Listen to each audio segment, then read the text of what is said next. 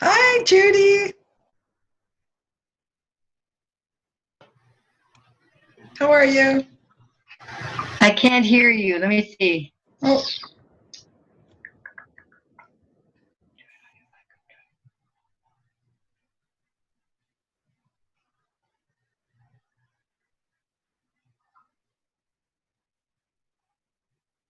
Check, check, check. can you check, hear me now? check? Hmm. Hmm. Hmm. I can't hear, but it looks like it's on. Can you hear me? I can hear you, yes. You can, okay. Yeah. It shows.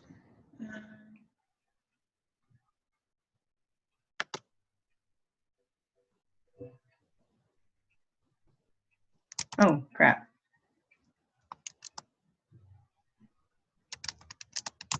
There's Danelle. Oh, I can't see her. Hi, I can't hear you guys. Danelle, can you hear me? I can. That's so cute. Hello, Ruth. Hello, who's Yeah, I joining know. us? Oops. I'm going to ask Jim. He has no idea, but I'm going to ask him anyway. I'll be Okay. right back. Hey, Jim.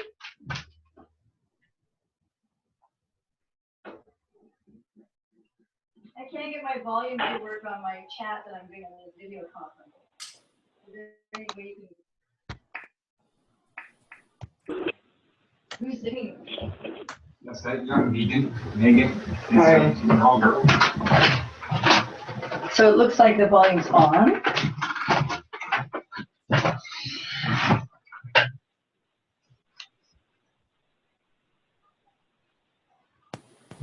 So you're okay. So there's everything. So it's all on, right? I think so. I think they can hear me. I can hear you, Judy. You can hear me, yeah. Yeah, I just can't hear you. Cam.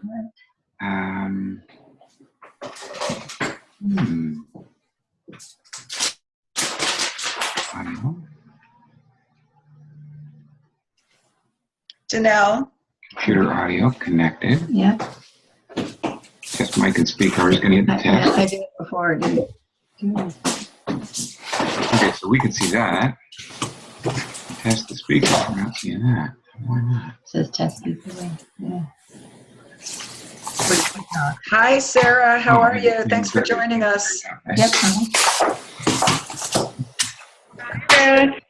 Hi, how are you?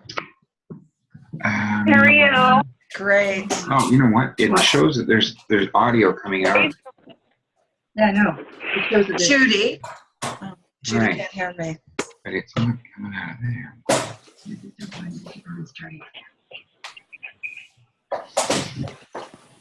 Thank you. I fixed this. You fix things. Can you hear us now, Judy? I can. Yay! My husband's amazing. Excellent. So welcome. Hi, hi, Lena. How are you? Hi, I'm doing really well. How are you? I'm good. Who else is joining us tonight? I know Sarah's on the line. Yeah, Dave Sarah here. and Dane are here. Dane's Oh. somewhere. Awesome. Hi, Dane. I think Dave's joined us. Hi, Rick.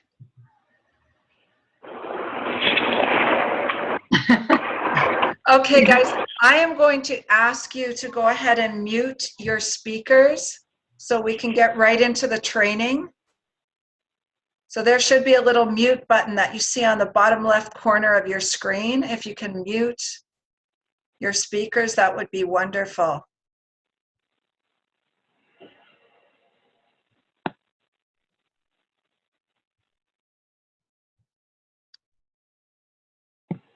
Perfect. Okay, I think everyone is muted. So I'm going to go ahead and get into the training. So let me get back to where I was. Okay, welcome, guys. My name's Ruth Sheridan. Some of you are new on the call, and so I welcome you. I've been with Isagenix for a number of years now. Started off as a product user and morphed into a passionate business builder. I love our business, I love our products and our company, and I love the people that I work with. So I am here tonight to run our weekly training call. It's usually Monday evenings at 8 o'clock, but I switched it because of the Canadian holiday, so don't let this Tuesday confuse you. Every week I train on the basic skills of network marketing. This week specifically, we are going to talk about handling objections and how to ask certain questions to help create a decision for a person to close a sale. So I'm going to get right into the training. I'm going to go ahead and share my screen. Tonight, for a change, I have a little PowerPoint presentation to help you understand some ways to deal with objections. And also, I will post this in Team Empower Me in the file section so that you do have a copy of it, so that you don't have to be madly making notes. Before I jump in, I just want to mention a couple of things. Number one is there are a bunch of events coming up, both in the Toronto area and also in some of the areas where people are joining us in the United States. So specifically, I've listed those in Team Empower Me. You can also find both company-sponsored events and associate-sponsored events on the Isagenix Events website and in your back office. So if you go under the Orders tab in your back office, you're going to see something that says View and Manage Events. That will give you the links to all of the events in your area. You've heard me say this every single week. Getting to events is number one in building your business. It will help create belief in the products, in the company, because you're going to meet a ton of people who have had amazing experiences both on the product side and on the business side. You're also going to get some great training from the best leaders in this company. So if you're serious about your business, get out to events and bring people to see what we do. The events are really exciting and they're really, really fun.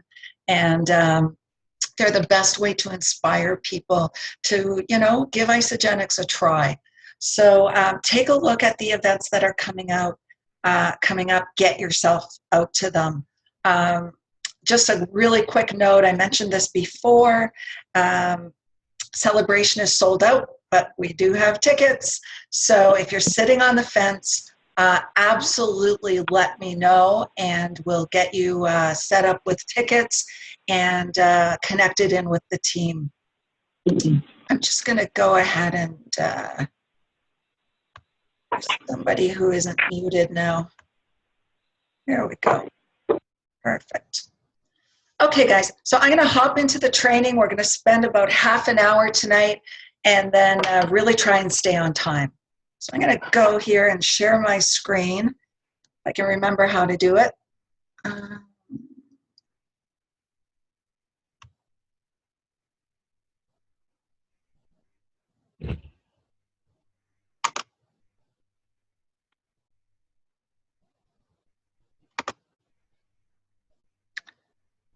And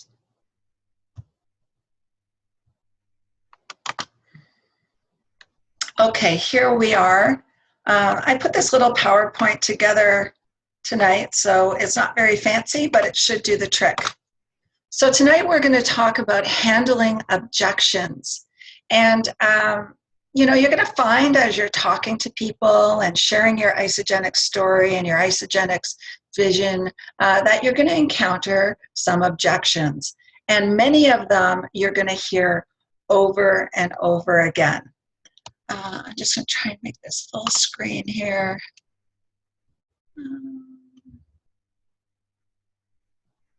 Bear with me.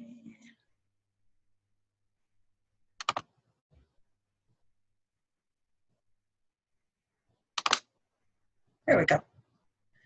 Okay, so just this little slide says you can close more business in 2 months by becoming genuinely interested in other people than you can in 2 years by trying to get other people interested in you.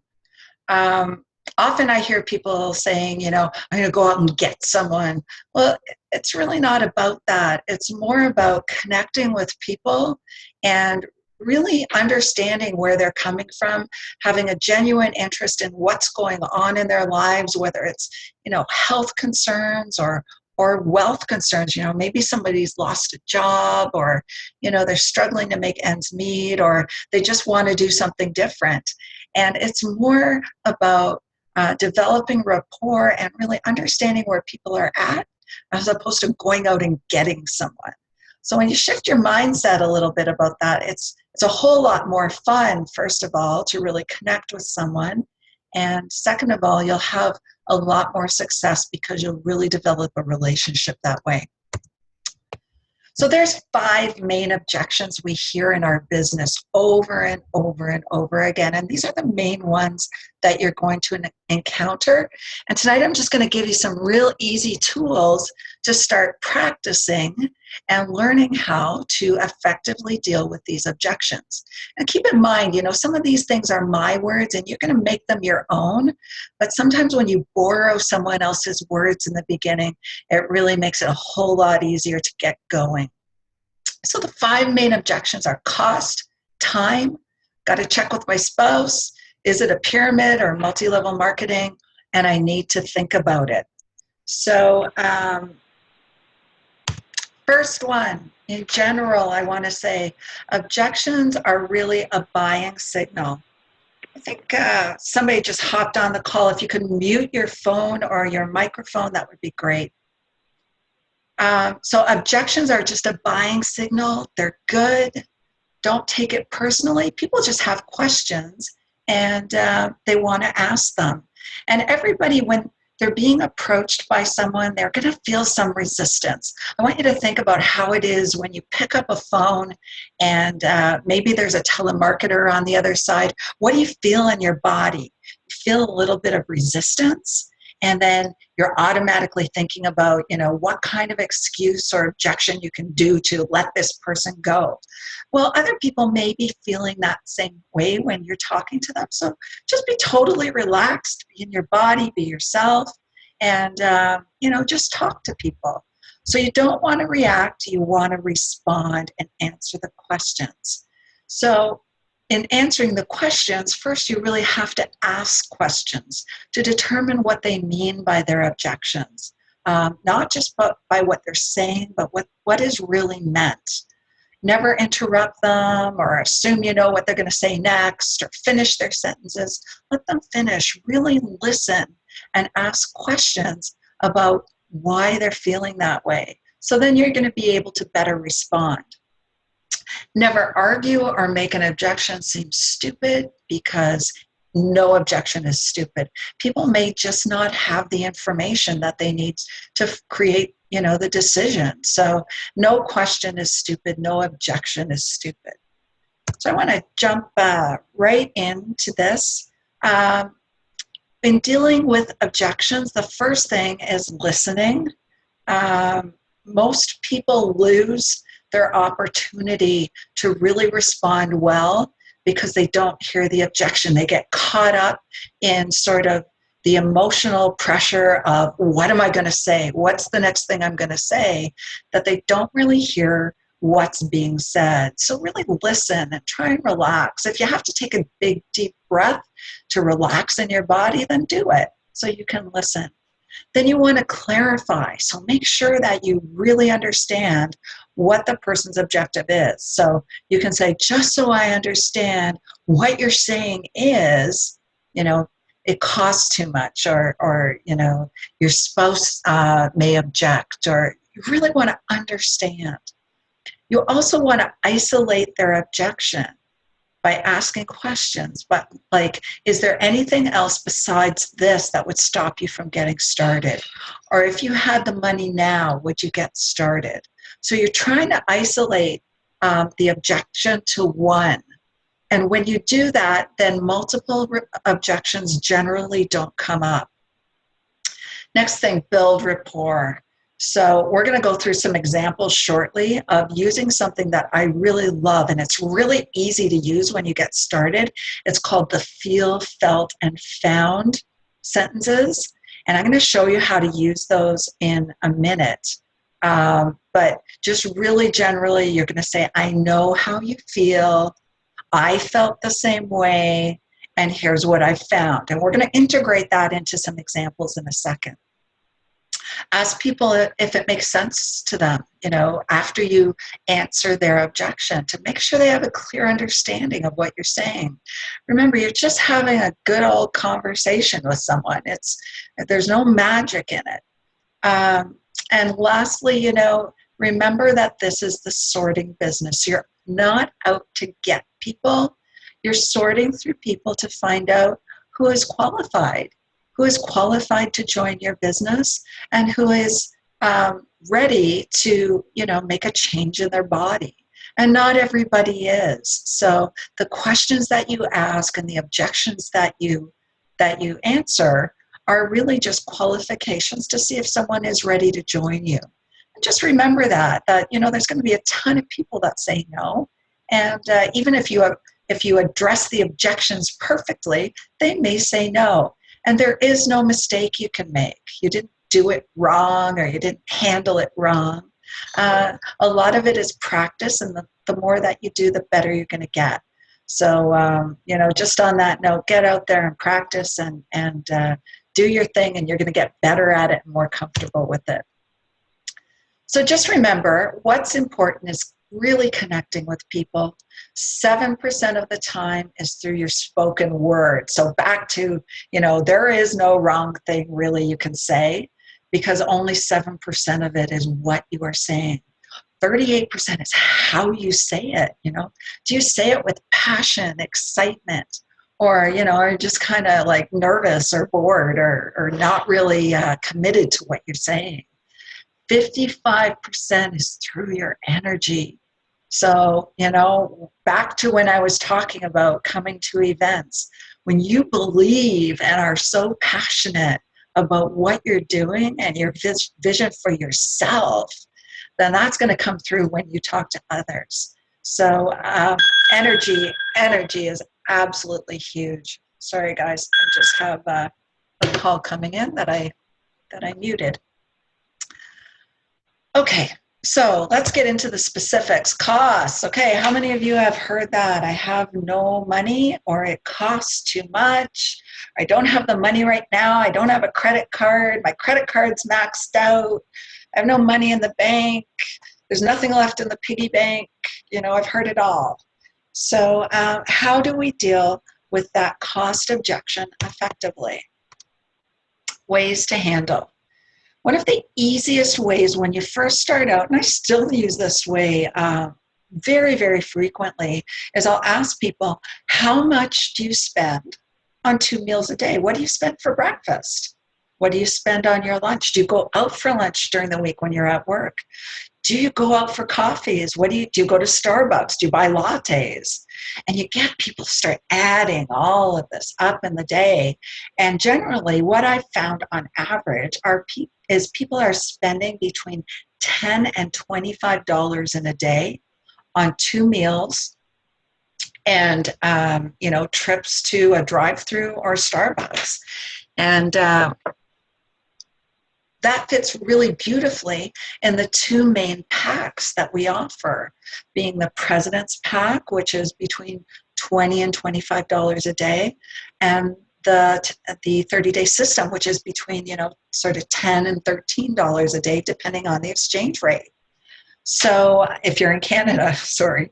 So, you ask them, okay, so if you could replace what you're spending in the day with the best food on the planet, that's going to make you feel more energy than you've ever felt, is going to allow you to reach whatever the goal is that they've told you about, whether it's weight loss or, healthy aging or athletic performance, then, what's holding you back? Would you want to do this? Would you want to join me? Would you want to join us?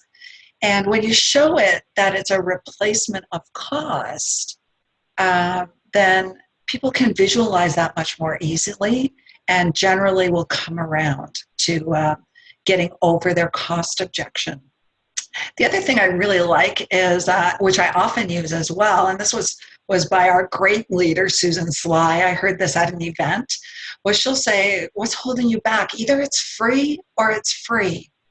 Either you're going to, try the products and decide that they're not for you, which is really rare. But if that's the case, you're going to box them back up. Even if they're open, send them back. You're going to get all your money back. Or I'm going to show you a way to help a couple of friends to get healthy alongside of you. And we're going to get your products paid for before your credit card bill comes in.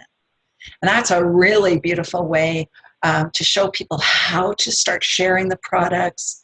And, it's going to create some consultants for you and help you grow your business as well. So I love that either it's free or it's free, because people will listen. They'll go, oh, what does that mean? It's kind of a neat saying. Or you can use the feel, felt, found. So the way I would say that is, and you want to use the person's name. So if it's Bill I'm talking to, I'd say, Bill, you know what? I feel what you're saying. And, I felt the same way too when I first started. But what I found, Bill, was I actually replaced my grocery dollars, and I eventually even saved money by the end of the month. So what do you think? Do you see this like that?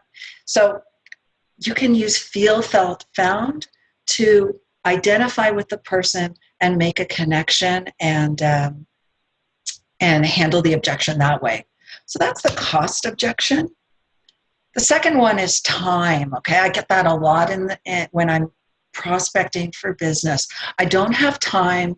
I'm already really busy. I'm already stressed out. I've got kids at home. I've got a job. I don't have time. So there's lots of time objections. Again, you can use the feel, felt, found. Again. So Bill, you know what? I feel what you're saying. I understand that, you're stressed out and you're commuting and you're spending hours behind a desk and you get home and you're exhausted. You know what? When I was doing that too, I felt the same way. But what I found, Bill, is just by putting aside, half an hour a day, a couple of days a week, or an hour, whatever I could fit into my day, I was able to build an extra amount of income every month, and that continued to grow.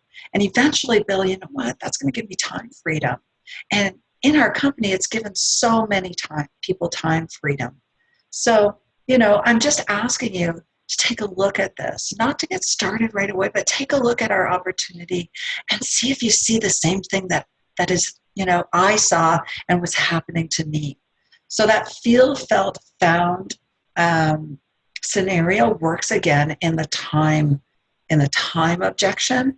And here I've just written a little blurb for you, that you can even put on a cue card if you're uncomfortable sort of saying it off the top of your head, and you can practice it maybe, with a spouse or, a teammate, and get comfortable with the words.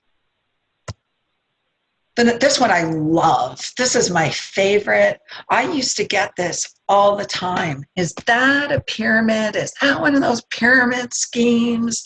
Is that MLM, that multi-level marketing thing, where the person at the top makes all the money and everybody else loses?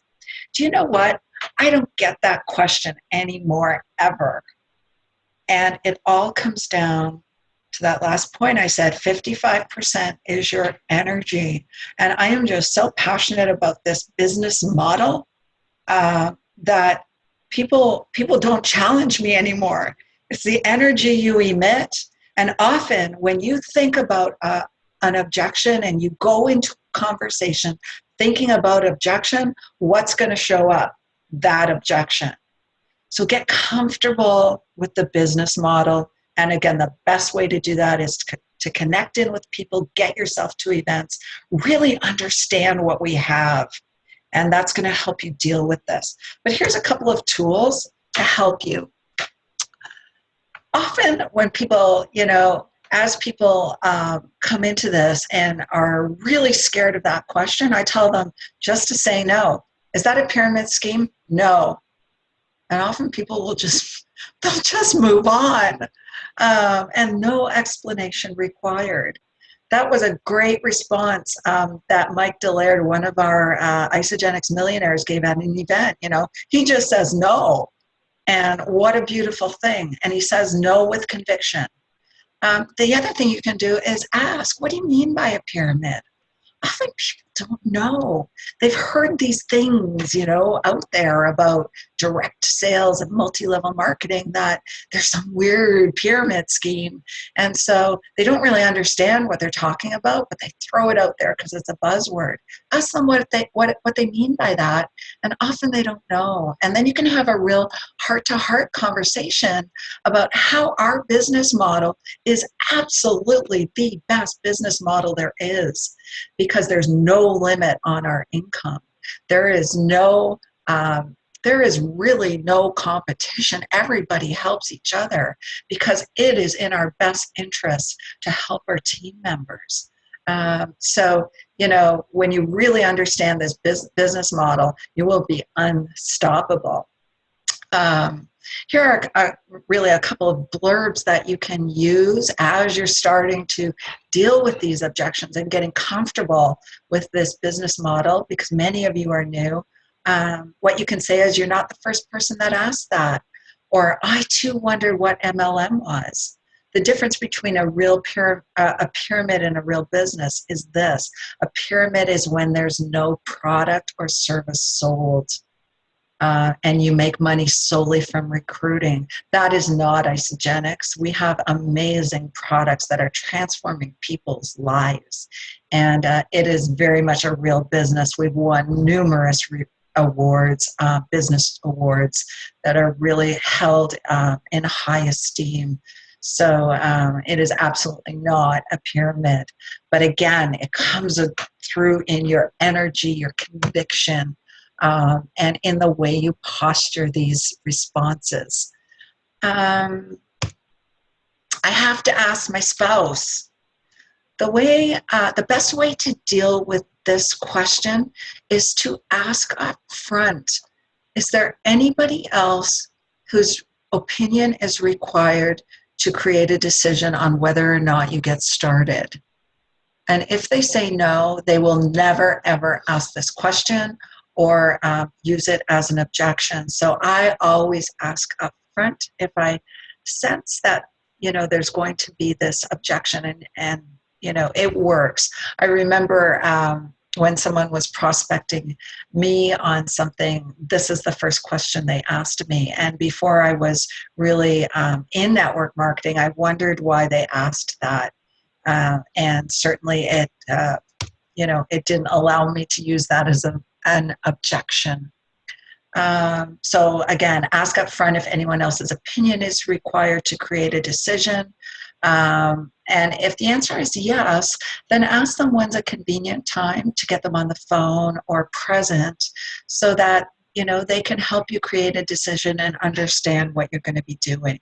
So that's the best way to deal with ask my spouse or my partner or whoever that significant other is in the person's life. And lastly, I need to think about it. That's a mock-up of me with blonde hair. So that's the accountant. So 15% of our population are analytical thinkers.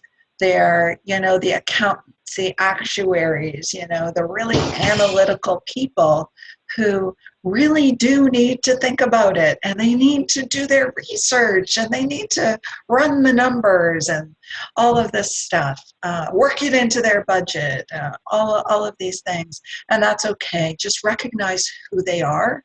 The other 85% of the population will buy by emotion. So you really want to get them thinking about how they're going to feel, what it's going to do for their lives, when they're lean and feeling great and getting up in the morning with energy, or, they're creating an extra stream of income, and they're not going to bed stressed because they're worried about how they're going to make their mortgage payment or their car payment. So though, that 85% will appeal to the emotion, but those 15%ers, they're like me. They're like, okay, I got to analyze the numbers. So the best thing you can do with an analytical thinker is ask specifically what they have to think about. What is it that you have to think about? What can I give you to help you create a decision? Do you need more numbers? Do you need product information? What can I give you to create that decision? And make sure you give them all the tools, send them all the tools so that they can really take a look. I am so thankful that my sponsor, Patty McIntyre, she sent me like a ton of information because I'm one of those 15%. I'm sure I drove her crazy when she had me getting started, but I had to look at everything. And thankfully I did, and she, respected that. And, I was able to create the decision that landed me where I am today. So I see our time is slowly running out. The next slide is really just, for some reason I'm not able to flip to it, that's okay. The next slide is really about closing questions, okay? So now you've done the work, you've handled the objections. Just don't let it go from there. And that's one of the mistakes I made in the very beginning. I mean, network marketing was absolutely new to me. I didn't have the basic skills, and I had a really big mind block about asking for the order. That, it was just something that I had to practice and learn. So some of the best ways to ask for the order is to ask for it. And you have to ask to get what you want. You haven't spent all of this time with someone showing them information and talking to them without creating a business transaction for yourself. So the best ways to ask for the order are you ready to get started? And if that's not comfortable for you, you can say, what flavor do you like? Chocolate or vanilla or the new strawberry? It tastes amazing. And have them choose something. And, that's a softer sort of soft close, not a hard close of the sale.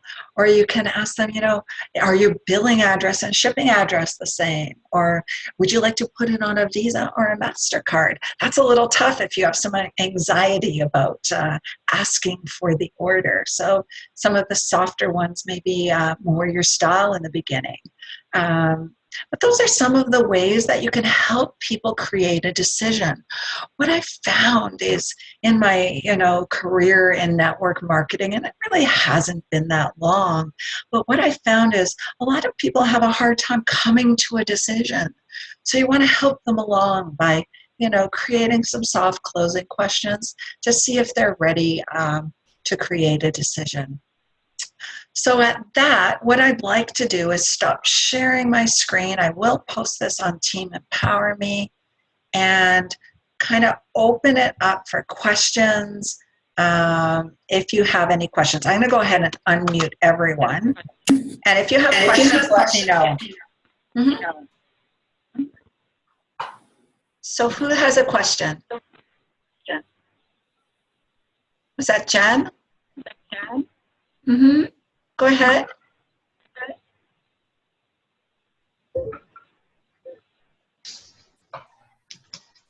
Sorry, I'm not hearing you.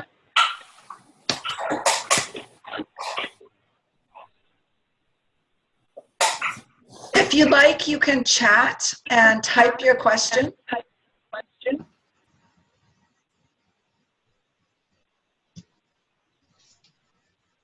Okay. Looks like there are no questions tonight, which is fine. If you do have questions, you can reach out to me on Facebook. You'll find me there. And I will post the slides in Team Empower Me. So have a fantastic week, guys. Stay in action. For those of you in accountability, 3 looks a day, email them to me by the end of the day. And let's have Rockstar Week, okay? Ruth, Yes? will this be recorded and posted? It was I- great, by the way. I will do my best, Judy. I've been trying to post the recording and I haven't had great luck, but I may call the company and ask them how to do it. Yeah, because my builder couldn't come on, so I'd love him to hear it. It was a great one. Okay, awesome. I will do my best, Judy, and get it posted. It was nice having you on. Nice to see you. This is fun. I like this. Great to see you all. So have a great night, everybody. Thanks for coming on. Love you all. Bye. Bye. Bye.